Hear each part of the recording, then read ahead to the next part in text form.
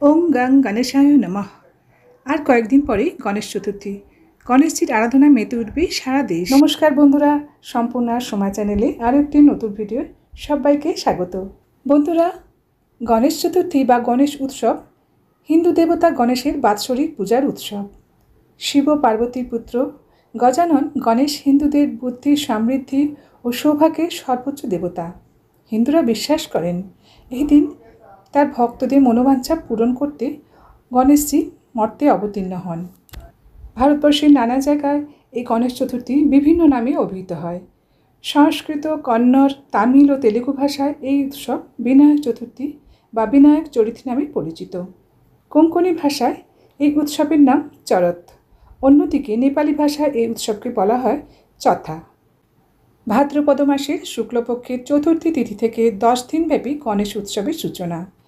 ভাদ্র শুক্ল তিথিতে গণেশ জন্মগ্রহণ করেন। তারপর অনন্ত চতুর্দশী পর্যন্ত গণেশ উৎসব পালিত হয়। বাড়িতে ও প্যান্ডেলে গণেশ পুজো করা হয়ে থাকে।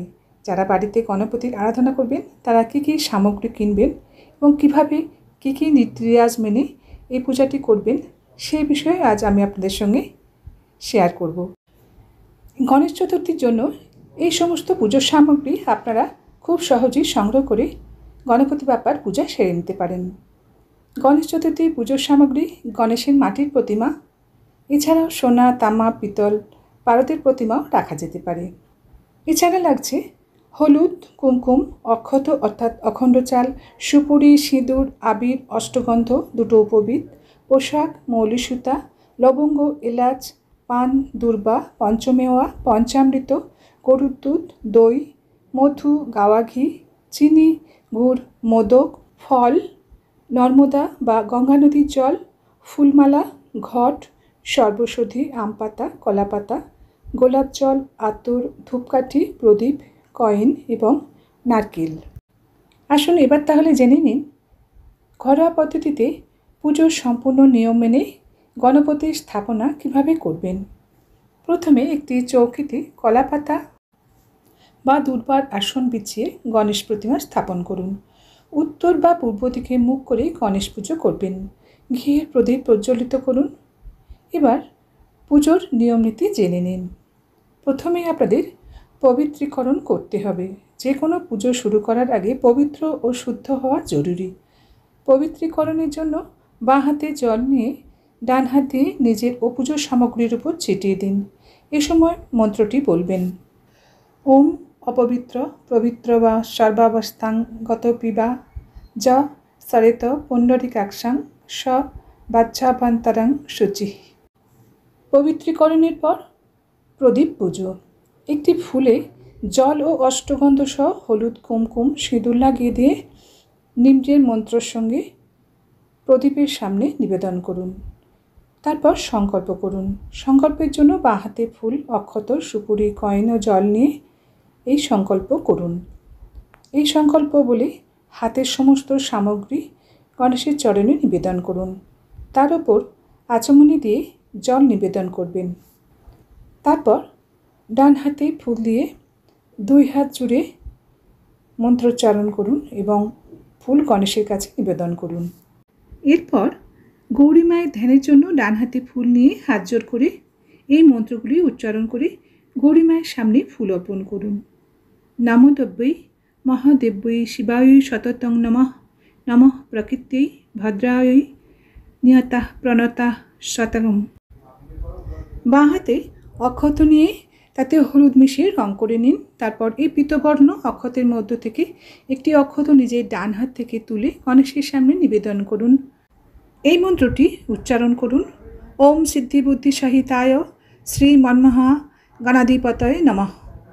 এরপর গণেশের প্রাণ প্রতিষ্ঠার জন্য একটি দুর্বায় ঘি লাগিয়ে গণেশ প্রতিমা স্পর্শ করিয়ে মন্ত্রোচ্চারণ করে সিদ্ধিবিনায়কের প্রাণ প্রতিষ্ঠা করুন।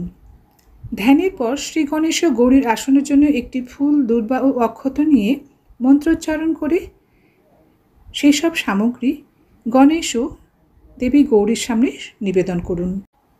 এরপর দুধ, দই, চিনি, মধু, ঘি মিশিয়ে অর্থাৎ পঞ্চামৃত দিয়ে গণপতি বাপ্পাকে স্নান করান। এরপর শুদ্ধ জল দিয়েও স্নান করাবেন। এভাবে অভিষেক সম্পন্ন করার পর গণেশজিকে সিংহাসনে মণ্ডপে বসাবেন।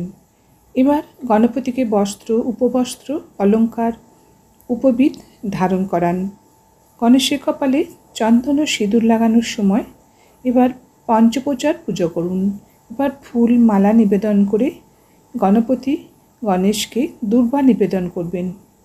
তারপর আতর বা সুগন্ধি নিবেদন করবেন। প্রদীপ জ্বালিয়ে ধূপকাঠি দেখিয়ে গণেশজিকে আরতি করুন। তারপর নৈবেদ্য সাজিয়ে তার পূজা করুন। লাড্ডু, মোদক, ক্ষীর এইসব ভোগ গণেশজির পূজাতে দেওয়া হয়ে থাকে। এভাবে খুব সহজ পদ্ধতিতে সুচারুরূপে কোনো রকম ভুল ত্রুটি না করে গণেশজির পূজা ঘরে অনায়াসে সম্পন্ন করে তার আশীর্বাদ লাভ করতে পারেন। এখন চলে আসছি শুভ গণেশ চতুর্থীর পূর্ণাঙ্গ সময়সূচি, সঠিক তারিখ ও শুভ মুহূর্ত। বিশুদ্ধ সিদ্ধান্ত পঞ্জিকা মতে গণেশ চতুর্থীর তিথি শুরু হচ্ছে বাংলা 9 ভাদ্র মঙ্গলবার, ইংরেজি 26 আগস্ট মঙ্গলবার, সময় দুপুর 1:56 এবং চতুর্থী তিথি শেষ বাংলা 10 ভাদ্র বুধবার, ইংরেজি 27 আগস্ট বুধবার, সময় দুপুর 3:45। গুপ্তপ্রেস পঞ্জিকা মতে চতুর্থী তিথি আরম্ভ বাংলা 9 ভাদ্র মঙ্গলবার, ইংরেজি 26 আগস্ট মঙ্গলবার, সময় দুপুর 12:52 8 চতুর্থী তিথি শেষ বাংলা 10 ভাদ্র বুধবার, ইংরেজি 27 আগস্ট বুধবার, দুপুর 2:18 31। আজকের ছোট্ট ভিডিওটি আজ এখানে শেষ করছি। ভিডিওটি ভালো লাগলে একটা লাইক অবশ্যই করে দেবেন। আবার আসবো নতুন ভিডিও নিয়ে। ভালো থাকবেন। সমাপ্ত। ধন্যবাদ।